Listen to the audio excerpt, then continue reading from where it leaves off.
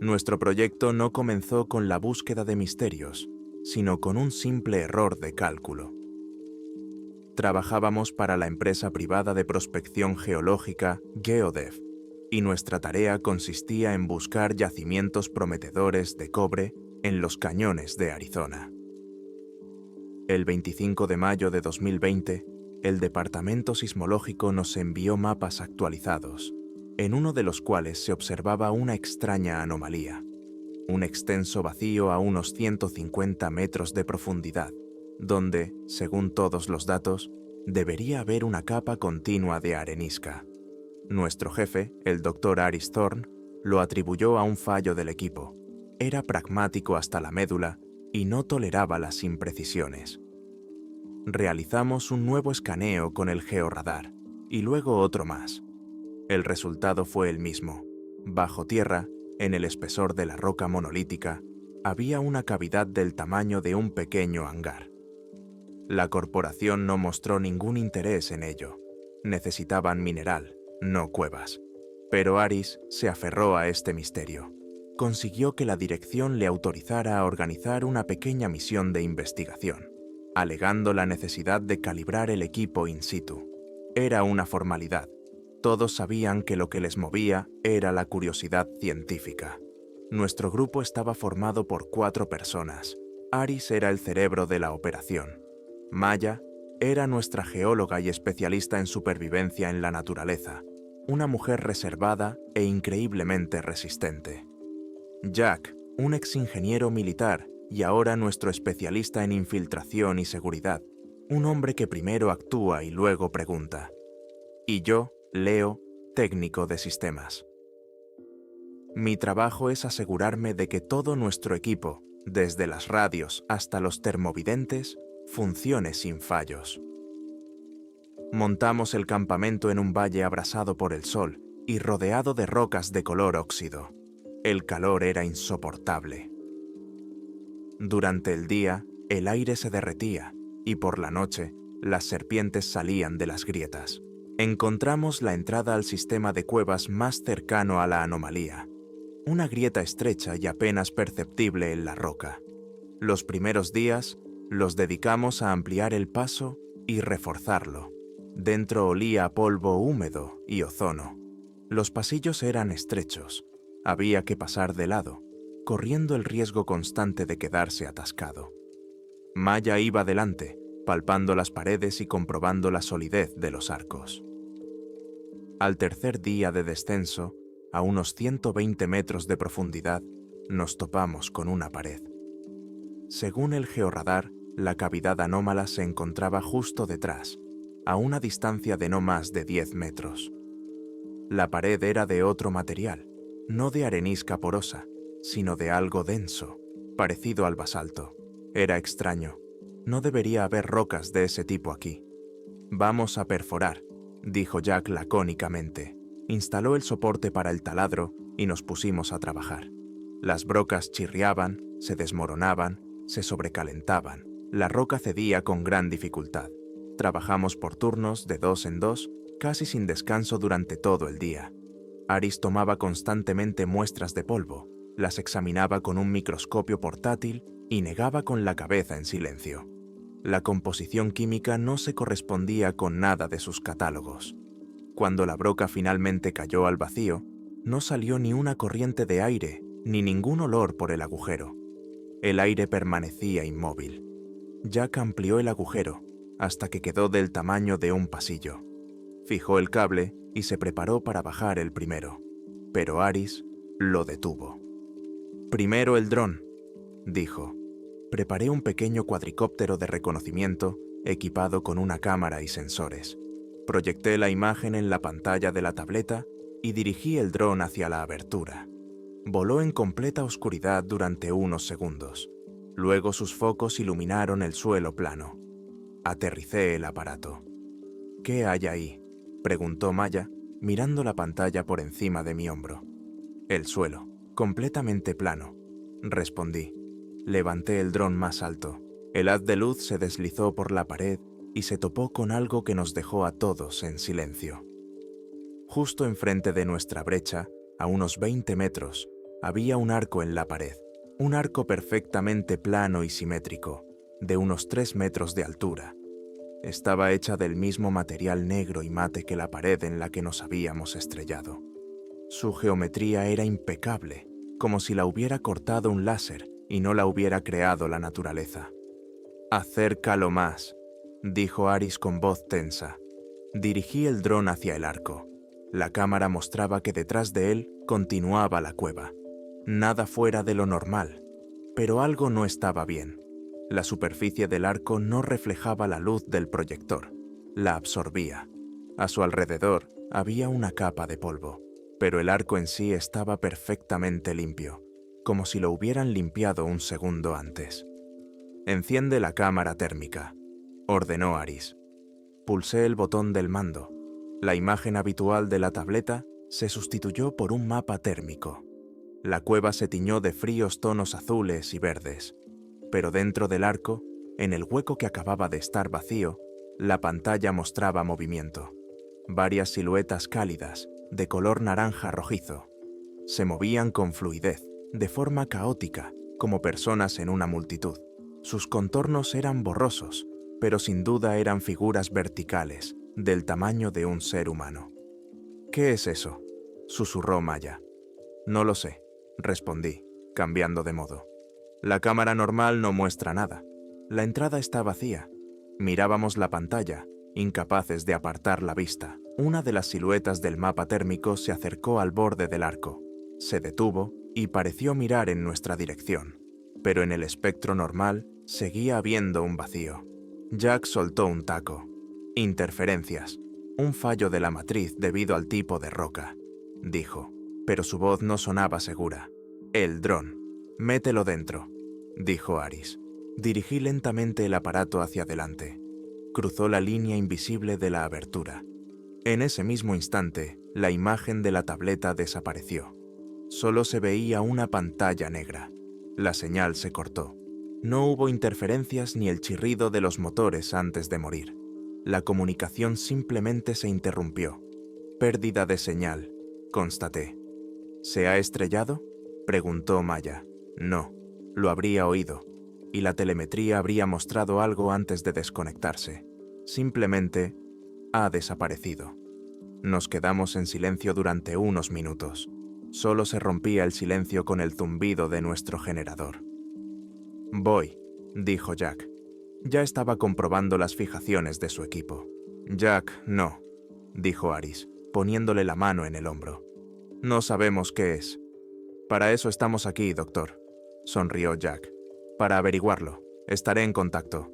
La cámara del casco transmitirá en directo. Si algo sale mal, volveré inmediatamente». Era inútil discutir con él. Era de esas personas para las que lo desconocido es un reto, no una advertencia.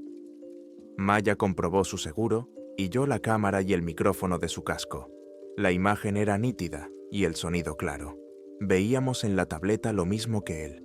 Jack bajó por el agujero en la pared y se plantó con firmeza en el gran salón. Se dirigió lentamente hacia el arco. Seguimos su avance en la pantalla.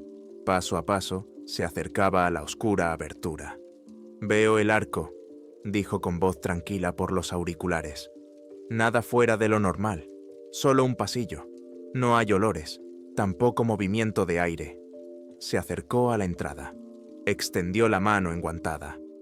Comprobando el campo. No notó nada, ni estática ni temperatura. Dio el último paso y entró. En el mismo instante en que sus botas cruzaron la línea del arco, se quedó en silencio. La imagen de su cámara no se volvió negra, como la del dron. Simplemente se congeló. La última imagen, la vista de la pared más lejana de la cueva desde el interior del hueco, permaneció en nuestra pantalla. El sonido de los auriculares desapareció. No se oyó ningún grito, ni respiración, ni ruido de caída. Solo silencio. «¿Jack?», llamó Aris. «Jack, responde». Silencio. «Jack», gritó Maya, con la voz quebrada. Lo llamamos durante 5 minutos, cada vez más fuerte. Nuestras voces resonaban en la sala, pero no se oía ni un ruido procedente del arco. El cable de seguridad, sujeto a su cinturón, colgaba en el aire, desapareciendo en la oscuridad del hueco y rompiéndose en su límite. No estaba tensado ni cortado, simplemente se acababa. Empecé a temblar. Agarré el mando y volví a encender la cámara térmica, dirigiéndola hacia el arco. Las figuras en movimiento seguían allí. Continuaban con su lento y sinuoso desplazamiento. Pero ahora había otra silueta entre ellas. Era más alta que las demás y permanecía inmóvil, justo en el centro del arco, donde acababa de desaparecer Jack. Sus contornos eran más nítidos que los de las demás. Nos quedamos allí de pie, probablemente una hora. Aris intentaba analizar la imagen congelada de la cámara de Jack, ampliarla, encontrar algún detalle. Maya miraba en silencio el cable que se perdía en la nada. Yo no apartaba la vista del termovisor. La figura inmóvil no se movía. Simplemente estaba allí, en el espectro térmico, mirándonos desde el hueco negro y vacío. La decisión de retirarnos se tomó sin palabras. No podíamos abandonar a Jack, pero tampoco podíamos hacer nada. Era una derrota. Empezamos a recoger el equipo más necesario. Aris cogió el disco duro con la última imagen de Jack. Trabajamos en silencio, en completo silencio, tratando de no mirar hacia el arco. Cuando ya estábamos subiendo hacia el agujero en la pared, me volví para mirar por última vez la pantalla del termovisor. El corazón me dio un vuelco. La figura alta e inmóvil que estaba en el arco había desaparecido. El mapa térmico del hueco volvía a mostrar solo un movimiento caótico de siluetas borrosas. Giré la cámara hacia nosotros. En la pantalla había 3 puntos brillantes: Aris, Maya y yo. Y detrás de nosotros, a unos 5 metros, se movía un cuarto. Repetía exactamente nuestros movimientos, deteniéndose cuando nosotros nos deteníamos y continuando cuando avanzábamos. Nos seguía de cerca en una sala completamente vacía y oscura. Subir fue un auténtico infierno, pero no por el cansancio físico. Cada ruido, cada piedra que se desprendía bajo nuestros pies nos hacía estremecer. No les dije a Aris ni a Maya lo que había visto en la pantalla del termovisor. Una parte de mí quería creer desesperadamente que se trataba de un fallo, un eco térmico, radiación residual, un defecto en la matriz. Barajé en mi mente decenas de explicaciones técnicas, pero ninguna me parecía convincente.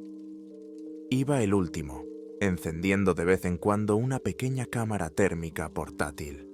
El resultado era siempre el mismo. A pocos metros detrás de nosotros, en el túnel vacío, se movía una cuarta figura. No se acercaba ni se alejaba. Simplemente estaba allí, un compañero silencioso, visible solo para la máquina. Cuando por fin salimos de la grieta en la roca a la superficie, nos cegó el sol poniente. El aire caliente de Arizona nos golpeó la cara, y nunca en mi vida me había alegrado tanto ese calor sofocante. Libertad. Pero esa sensación no duró mucho. Llegamos a nuestro campamento, 2 tiendas de campaña y un camión con el equipo, y nos detuvimos en silencio. El campamento parecía un islote de civilización extraña y sin sentido, en medio del caos primitivo de las rocas. Y nosotros habíamos traído algo de las profundidades a ese islote. Durante las primeras horas no hablamos. Maya comprobaba mecánicamente las reservas de agua y provisiones. Aris se sentó a una mesa plegable, con la mirada fija en su ordenador portátil apagado. Yo empecé a realizar un diagnóstico rutinario de los sensores de movimiento perimetrales, simplemente para mantener las manos ocupadas.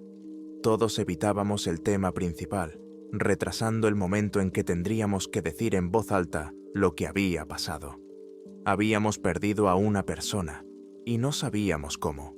Aris rompió el silencio. Su voz era ronca, sin su habitual seguridad. Tenemos que redactar un informe, uno preliminar. Maya se volvió. ¿Y qué vamos a escribir, Aris? ¿Que Jack entró en un pasillo vacío y se evaporó? Un accidente, dijo Aris, mirando la mesa. Un derrumbe en un pasadizo inexplorado de la cueva. Quedó sepultado. No pudimos llegar hasta el cuerpo. Enviarán un equipo de rescate, objetó Maya. Enviarán una comisión. No encontrarán ni el derrumbe ni el cuerpo. Encontrarán una sala perfectamente lisa. Y este arco. Entonces tenemos que volarla, bloquear el paso. Aris levantó la vista hacia ella. Había desesperación en sus ojos. No podemos, intervine. No tenemos tanto explosivo. E incluso si lo tuviéramos, no sabemos qué provocaríamos. Y entonces les conté lo de la cuarta silueta térmica. No podía seguir guardándomelo.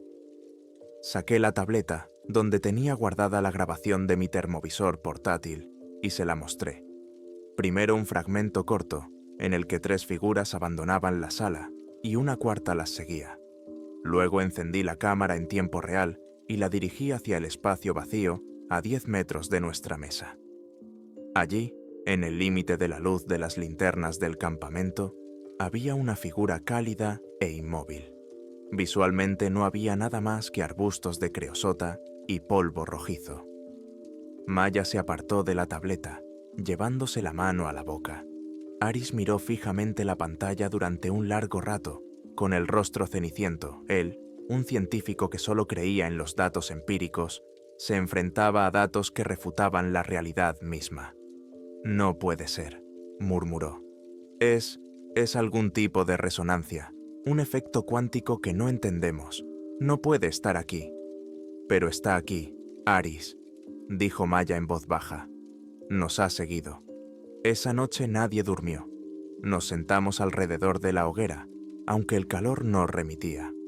El generador, que había funcionado sin problemas durante varios días, de repente empezó a fallar y la luz de las linternas parpadeaba, sacando de la oscuridad sombras temblorosas.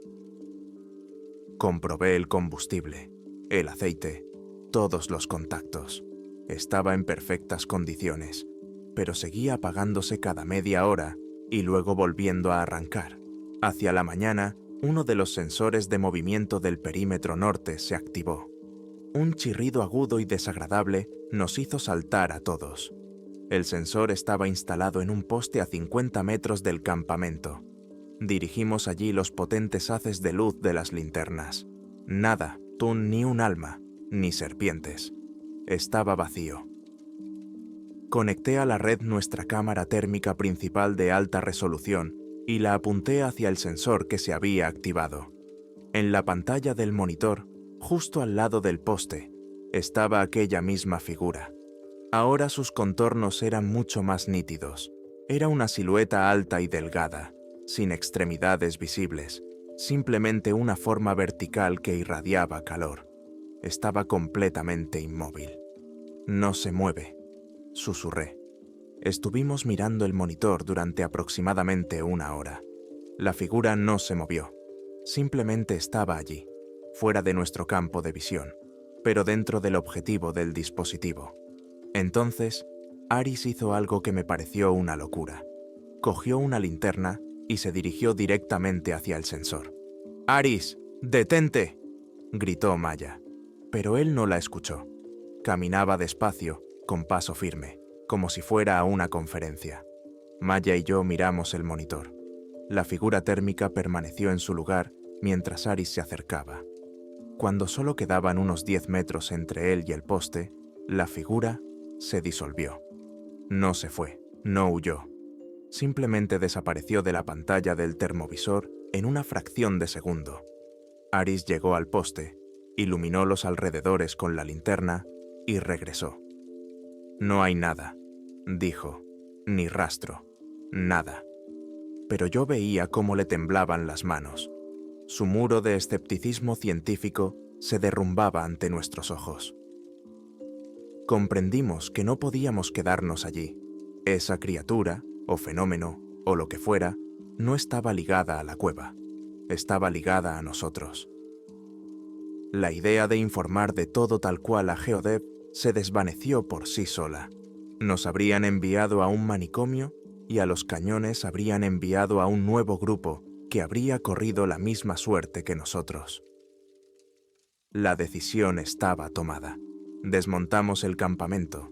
Solo nos llevamos lo imprescindible: los registros, los discos, nuestras pertenencias personales y las muestras de rocas que Aris aún esperaba estudiar. El resto, las tiendas, el generador, el equipo de perforación, lo dejamos allí. La versión oficial para el informe seguía siendo la misma. Jack había muerto en un derrumbe. Habíamos interrumpido la misión debido a un incidente extraordinario y al shock psicológico. Era una mentira débil y poco convincente, pero era todo lo que teníamos. Trabajábamos rápido y con frenesí. El sol ya empezaba a calentar. Teníamos que irnos antes del mediodía. Yo me encargaba de cargar los contenedores con el equipo en el camión. Maya comprobaba las reservas de agua y provisiones. Una hora antes, ella misma había comprobado y cerrado con un candado el compartimento enrejado del camión, donde se guardaban 12 grandes bidones de 20 litros con agua potable. Era nuestra reserva estratégica. Cuando terminé de cargar la última caja, me acerqué a ella. Estaba de pie junto a la rejilla, mirando con el ceño fruncido hacia adentro. ¿Pasa algo?, le pregunté. Levantó la vista hacia mí. En sus ojos se reflejaba una fría inquietud. El candado está en su sitio. No lo he abierto. ¿Has cogido agua? No, respondí. ¿Aris? El doctor Thorne, al oír su nombre, se acercó a nosotros. También negó con la cabeza. Acabo de contar los bidones, dijo Maya lentamente, señalando el compartimento. Hay 11. Miré dentro. Efectivamente, donde debería haber habido una fila compacta de 6 bidones. Ahora había un hueco en el lugar de uno de ellos. 12 bidones estaban colocados en 2 filas de 6. Ahora había un hueco en la fila de atrás. La reja estaba intacta. La enorme cerradura de acero colgaba en su sitio, sin tocar. El bidón de 20 litros de agua, pesado y voluminoso, había desaparecido del compartimento cerrado, sin rastros de haber sido forzado, sin hacer ruido. Simplemente dejó de existir en nuestro camión. El viaje a la ciudad más cercana, Red Rock, fue una tortura silenciosa. El camión corría por la carretera desierta, cortando el aire sofocante. Aris conducía con los nudillos blancos de agarrar el volante. Maya estaba sentada a su lado, mirando por la ventana los cactus saguaro que pasaban a toda velocidad. Pero yo sabía que no los veía. Yo estaba sentado atrás, con la maleta con el equipo entre las rodillas.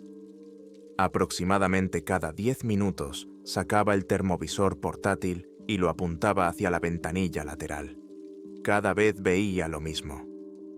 A la derecha de la carretera, a unos 100 metros, una anomalía térmica se desplazaba por el desierto. Se movía a nuestra velocidad, unos 100 kilómetros por hora, superando fácilmente barrancos y matorrales. Ningún ser vivo podía moverse así. Esto confirmó mi peor sospecha. No se había quedado en el cañón. Estaba ligado a nosotros. Red Rock resultó ser un típico pueblo de provincia. Una calle principal, una gasolinera, una cafetería y un motel llamado Estrella de la Carretera. El letrero era viejo, con varios tubos de neón fundidos. Para nosotros era perfecto. Anonimato, alquilamos 2 habitaciones contiguas en la primera planta. Aris pagó en efectivo. El olor a cloro y ambientador barato de la habitación me pareció el colmo de la civilización después del polvo de la cueva. Solo metimos lo más importante: las maletas con los discos duros y los portátiles, las mochilas con los documentos y la ropa de recambio. Lo primero que hicimos fue intentar crear una apariencia de vida normal. Maya se fue a la ducha. Aris inmediatamente colocó sus dispositivos sobre la mesa y conectó el portátil. Comencé a hacer una copia de seguridad de los datos en un servidor protegido. Teníamos que guardar todo lo que teníamos: las grabaciones de las cámaras, las lecturas de los sensores, la última imagen de la cámara del casco de Jack. Todo lo que pudiera demostrar que no nos habíamos vuelto locos. Pero la normalidad era una ilusión. Maya salió del baño 5 minutos después, pálida y envuelta en una toalla. El agua, dijo con voz temblorosa. «Mirad el agua». Aris y yo entramos en el baño. Del grifo salía agua completamente limpia, sin olor alguno. «Era negra», insistió Maya. «Espesa, como el petróleo. Y olía como allí abajo, a ozono y tierra mojada». Aris abrió y cerró el grifo varias veces. El agua seguía transparente. Miró a Maya con compasión, pero en su mirada se leía algo más. Estrés, alucinaciones. Empezó a dudar de nosotros, de ella, quizás también de sí mismo. Mi intento de guardar los datos también fracasó. La conexión a Internet en el motel era débil, pero estable.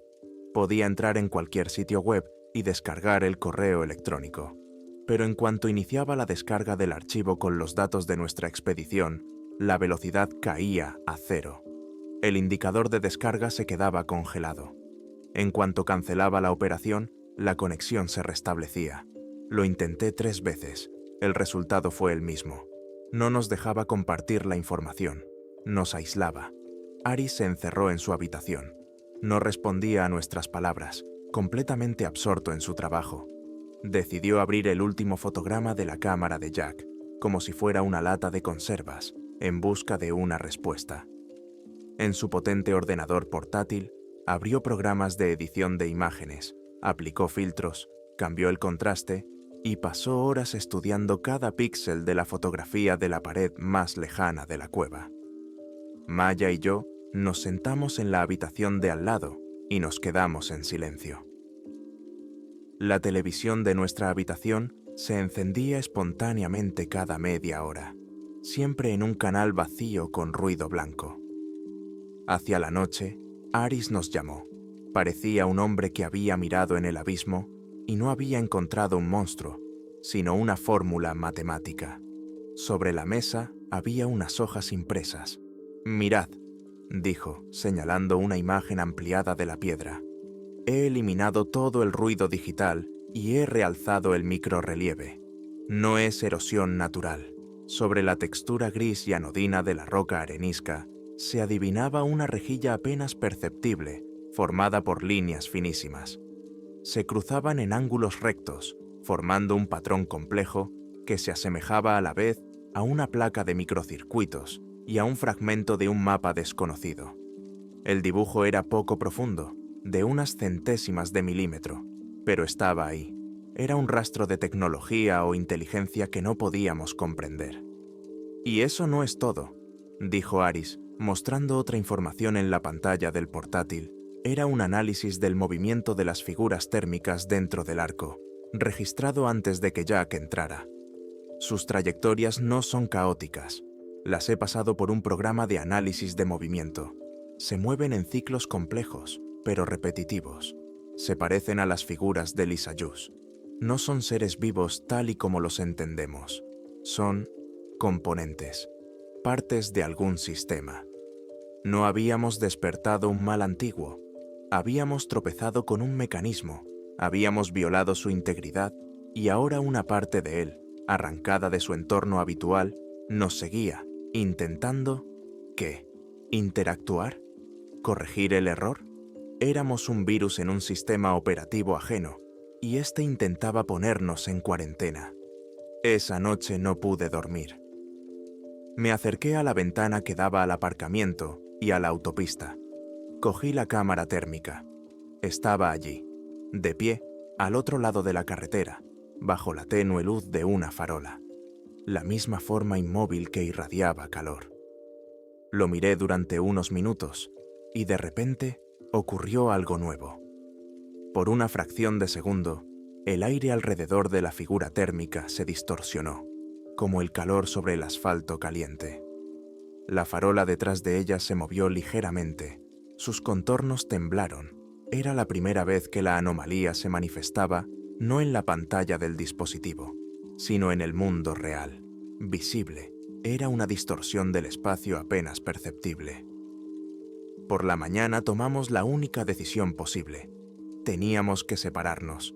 Si esa entidad estaba vinculada a nosotros como grupo, quizá nuestra separación la desorientaría, debilitaría su enfoque. Era un paso desesperado e irracional, pero no se os ocurría nada mejor. Recogimos nuestras escasas pertenencias y Abidaris dividió el dinero que quedaba en 3 partes iguales. Maya irá al norte, a Utah. Yo iré al oeste, a California. Leo, tú irás al este, hacia Nuevo México. No llaméis por teléfono ni enviéis correos electrónicos. Dentro de un mes, el día 1, intentaremos ponernos en contacto a través de un foro anónimo en el que me he registrado. Simplemente dejaremos un mensaje en el tema acordado. Si al cabo de un mes no hay mensajes, entonces... No terminó la frase. Estábamos en medio de una habitación barata de motel. 3 personas unidas por un secreto y un horror comunes, preparándonos para convertirnos en fugitivos. Aris extendió la mano hacia la mesita para coger las llaves de la camioneta. Las cogió, las miró en su palma y se quedó inmóvil. Luego, en silencio, nos tendió las llaves. Había 3 llaves en el llavero, 2 normales, del motel y del maletín, y una del contacto de la camioneta. Esa llave, hecha de acero resistente, ayer era una llave de coche normal, con un complejo fresado y dientes. Ahora era completamente lisa. Todos sus bordes, todas las muescas y ranuras, habían desaparecido. Se había convertido en un trozo de metal liso y pulido de forma ovalada, conservando solo su contorno general. Se parecía a un guijarro de río, pulido por el agua durante miles de años. Pero eso sucedió en una sola noche, en la mesita de la habitación del motel. Se volvió inútil. La esencia no solo se llevaba objetos, había aprendido a cambiar su estructura fundamental. Los borraba. El inútil y liso trozo de metal en la mano de Aris era una sentencia. Nuestra única vía de retirada. El camión lleno de equipo que podría servir de prueba. Ahora era solo una gran caja de hierro. Estábamos atrapados en Red Rock, sin transporte y con el dinero contante y sonante derritiéndose. La decisión fue obvia. Dejarlo todo. La camioneta, los instrumentos, las muestras. Solo nos llevaríamos las mochilas y los datos en discos encriptados. La despedida en la estación de autobuses fue de lo más prosaica. No hubo abrazos ni largas despedidas. Simplemente nos quedamos bajo el techo, mientras el viento cálido levantaba polvo del asfalto. Compramos billetes a diferentes partes del país, utilizando nombres falsos que habíamos preparado por si acaso. Aris me estrechó la mano. Tenía la palma fría y húmeda. Maya solo asintió con la cabeza, con una expresión firme y desesperada en los ojos. Luego se dirigieron a sus andenes. Me quedé solo. Mi autobús se dirigía al este, hacia Nuevo México. Me senté junto a la ventana y observé cómo Arizona, con sus rocas rojas, daba paso a un paisaje más llano y árido. La sensación de que me observaban no desapareció. Se volvió más personal, más intensa. Ahora no había nadie con quien compartir esta paranoia. Saqué la cámara térmica. La batería estaba agotada. La cambié por una nueva, de un paquete sellado. Lo mismo. El dispositivo no se encendía. Me di cuenta de que mis ojos técnicos se habían quedado ciegos. Ya no me permitían verlo. Las manifestaciones cambiaron. Se volvieron más sutiles, entretejidas en el tejido mismo de la realidad. En una de las paradas, entré en un restaurante de carretera. Había una pila de periódicos frescos en el mostrador. Cogí uno. El titular de la primera página decía: «El senador Johnson gana las primarias». La fecha del periódico era la del día siguiente. Parpadeé y volví a mirar. Ahora el titular era otro, y la fecha era la de hoy. Lo achacaste al cansancio, a un juego de luces, pero esos fallos se hicieron cada vez más frecuentes. El reloj digital de la estación parpadeó brevemente, mostrando la hora 34:91. El rostro de la cajera que me vendió el billete se cubrió por un instante con una especie de distorsión, como en una señal de vídeo de mala calidad. Eran punzadas de locura imposibles de demostrar o registrar. Bajé del autobús en el primer pueblo que encontré, llamado Esperanza. El nombre significaba esperanza. La ironía era evidente. Alquilé una habitación encima de un bar e intenté trazar un plan. Huir no tenía sentido. No era un perseguidor físico, era un error del sistema, y yo era su portador. Siguiendo la lógica de Aris, no debía huir, sino comprender las reglas del juego. Pasaba los días en la biblioteca pública local. Era un lugar tranquilo y fresco que olía a papel viejo. Utilizando sus ordenadores, me sumergí en la investigación. No buscaba en el folclore ni en la ufología, sino en la ciencia, física cuántica, teoría de la información, hipótesis de la simulación, trabajos sobre sistemas autoorganizados. Leí todo lo que pudiera darme alguna pista sobre lo que estábamos enfrentando. Encontré teorías que, a primera vista, parecían descabelladas, como que el universo es una computadora gigante y las leyes físicas son su código. Leí sobre el principio holográfico, la idea de que nuestra realidad tridimensional podría ser solo una proyección de información almacenada en una superficie bidimensional lejana. Eso no daba respuestas, pero daba un lenguaje. No estábamos malditos, estábamos expuestos a una arquitectura de información incompatible. Esta esencia también parecía estar intentando hacer algo. Se manifestaba en patrones. Una vez, sentado en un parque, observé que las palomas de la plaza se habían alineado formando una espiral de Fibonacci perfecta en el asfalto. Permanecieron así durante unos segundos, y luego volvieron a dispersarse. El patrón de grietas en la pared de un edificio antiguo frente a mi ventana comenzó a parecerme dolorosamente familiar. Repetía un fragmento de ese microcircuito que Aris había encontrado en la pared de la cueva. Utilizaba el mundo que lo rodeaba como un lienzo, tratando de reproducirse a sí mismo, su lógica, su código en nuestra realidad. Pasaron 3 semanas. El aislamiento y la tensión constante eran insoportables. Decidí arriesgarme y comprobar el foro que había creado Aris. Era nuestro único punto de contacto. Encontré un pequeño cibercafé a las afueras de la ciudad, pagué en efectivo y utilizando varios servidores proxy, entré en la página web. En el hilo acordado, creado para comunicaciones de emergencia, había un mensaje. Mi corazón se aceleró, pero el nombre de usuario me era desconocido. Navegador, y el mensaje no era de Aris ni de Maya, era una línea de símbolos aparentemente sin sentido. Reconocí ese código. Era el título de uno de los archivos dañados de nuestro servidor, el archivo con los datos telemétricos del traje de Jack en el momento de su desaparición, información que solo teníamos nosotros 3. Pero, ¿quién era Navegador? Quizás era el apodo de Aris. Miré la fecha y la hora del mensaje, y todo mi cuerpo se heló. El mensaje se había publicado el 28 de abril del 20, un mes antes de que bajáramos a la cueva. Me temblaban las manos. Era imposible. Empecé a buscar frenéticamente información sobre el usuario, Navegador. El perfil estaba vacío, sin avatar ni firma, excepto por un campo. Ubicación. Allí ponía Red Rock, Arizona, la ciudad de la que acabábamos de huir. El pánico dio paso a un terror glacial. Abrí el buscador. No sabía qué estaba buscando. Escribí en la barra el nombre de usuario, Navegador, y el nombre de Aris. Nada. Luego, el de Maya. Tampoco nada.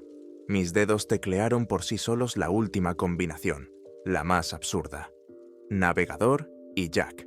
El buscador arrojó un único resultado. Era el archivo de un periódico local, el Red Rock Herald. El artículo estaba fechado el 12 de octubre de 2017, 4 años atrás. Era una breve nota sobre un turista desaparecido.